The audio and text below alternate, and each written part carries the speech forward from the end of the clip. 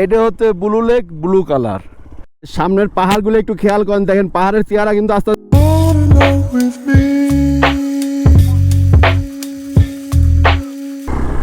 এই রোডটাতে যদিও উঁচা নিচু ভাঙাচুরা আছে, বাট কি রোড, কোন দিক যায় দেখি, আমরা এদিক দিয়ে যাই। ওইটাই তো তেল তেলে বেশি মনে হচ্ছে। আবার মেসপনে তো মানে এটা তাও একটু জোরে চালানো যাচ্ছে এই আর কি।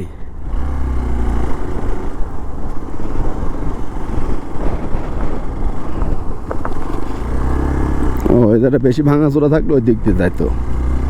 মানে চারপাশের পরিবেশটা কি বিদঘুটে অবস্থা।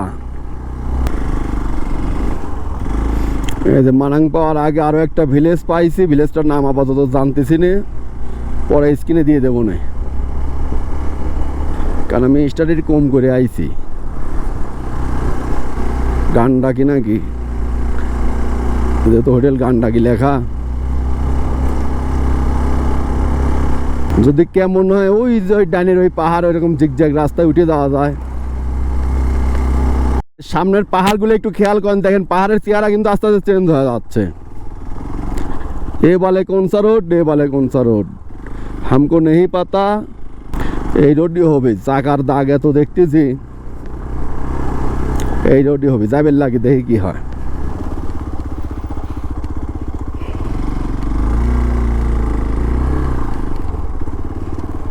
এই রোডই হবে, চাকার দাগ এনে এত দেখতেছি।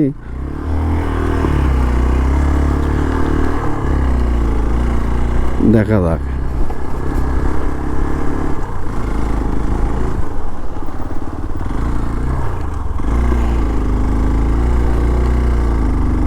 ওরে তোমার রাস্তাঘাট,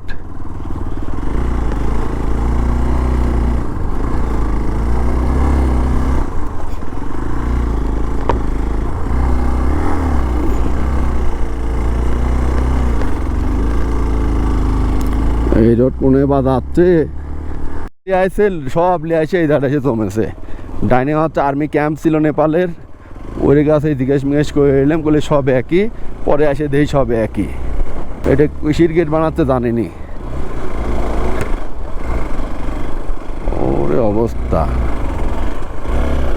আমরা বাইক নিয়ে এই রোড দিয়ে যাই। ওরে বাতাস,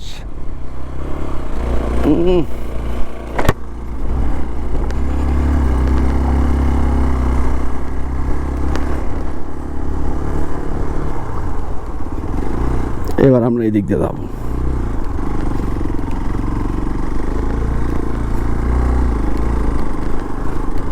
ये लेक का नाम क्या, ब्लू लेक?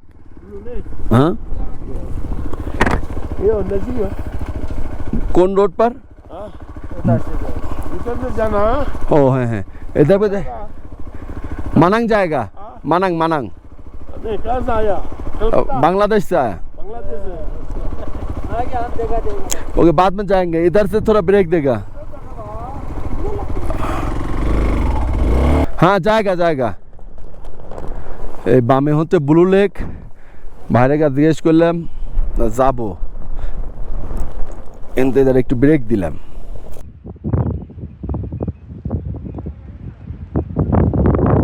পিছাং থেকে গ্রিন লেক, তারপর এখন ব্লু লেকের দিকে যাচ্ছি। এই হাতের বামে আর্মি ক্যাম্পটা পার হয়ে আসে, হাতের বামে ব্লু লেক। ওইখানে একটা মাউন্টেনিং স্কুল আছে। লেক, ওয়াটারফল কোনো কিছু আমরা বাদ দেই নাই। আল্লাহর রহমতে যাইতে আসতে যা যা পাচ্ছি সব জায়গায় ব্রেক দিচ্ছি, দেখতেছি, কারণ আমরা সময় নিয়ে আসছি। ওই যে ব্লু লেক, বাবা লেকটা তো বড়ই, মানে ওইটা ছিল green lake, green colour, but এটা হচ্ছে ব্লু লেক, ব্লু কালার। বাবা পানি বাড়া যায় মনে হয়, বাদ দেওয়ার সিস্টেম আছে।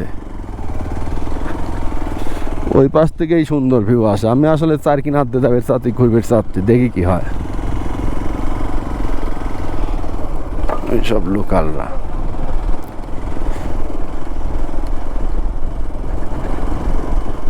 ওরে অবস্থা। ব্লু লেক রাউন্ড করে দিলাম, বললা একদম মনে করেন যে ও একদমই ব্লু কালার পানি, ওরে কালার পানির। कैसे हुआ कब हुआ कौन करा, মাথায় নষ্ট।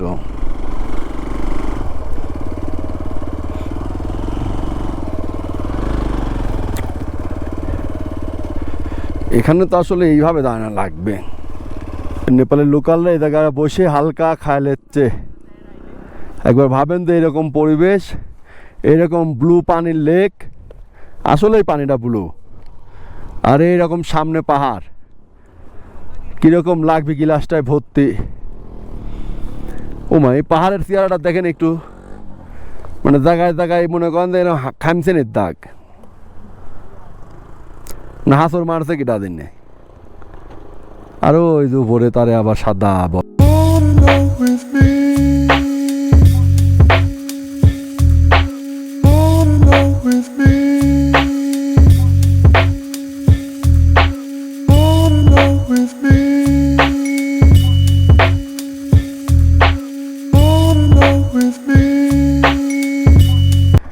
ব্লু লেকের থেকে ছবি টবি নিয়ে ভিডিও টিডিও নিয়ে এখন বের হয়ে যাচ্ছে। এ জায়গায় এসে কিছু নেপালি লোকালদের সাথে দেখা হয়েছে, এদের সাথে একটু বসে আড্ডা টাড্ডা হলো। চলে যাচ্ছি ব্লু লেক। ব্লু লেকটা বেশি সুন্দর। এখন বাজে হচ্ছে 3:20, অলরেডি ঠান্ডা পড়ে গেছে, ঠান্ডার ফিল পাচ্ছি, রোদে না থাকলে বোঝা যাচ্ছে। দেখি কি কতক্ষণে আমরা মানাং পৌঁছাই, মানাংয়ের থেকে আবার খাংসার যাওয়া লাগবে। এই যে এখানে এসে আবার দুই মাথা হাতের ডানে নিচে নেমে গেল হচ্ছে মানাং। এখানে সাইনবোর্ড দেওয়া আছে, আমরা এখন নিচে নেমে যাচ্ছি। মানে নেপালে এত সুন্দরভাবে সাজাইছে প্লেসগুলো যে টুরিস্টদের জন্য কোনো সমস্যা নাই। একটা মানুষ যদি রাস্তাঘাট নাও চেনে তাও সমস্যা নাই। ওরে ব্রিজ নাকি, কঠিন ব্রিজ, যেরকম নদী সেরকম ব্রিজ।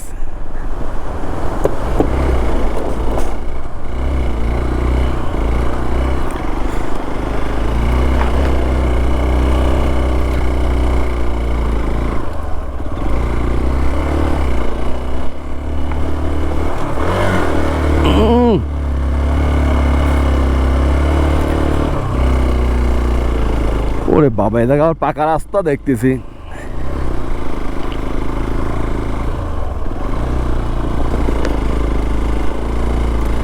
এখানে একটা রোড ম্যাপ দেওয়া আছে, লোকেশন স্ক্রিনে দেখা যাচ্ছে নাকি। সুরাদা ডাইনে মানাং, তারপরে খাংসার কই। আচ্ছা, এত দেখার দরকার নেই, বোঝা যাচ্ছে না এত দূরে, তেমনি চশমা ছাড়া চোখে কম দেখি। আমরা মানাং ভ্যালির কাছাকাছি চলে আইছি, আর কয়েক কিলোমিটার।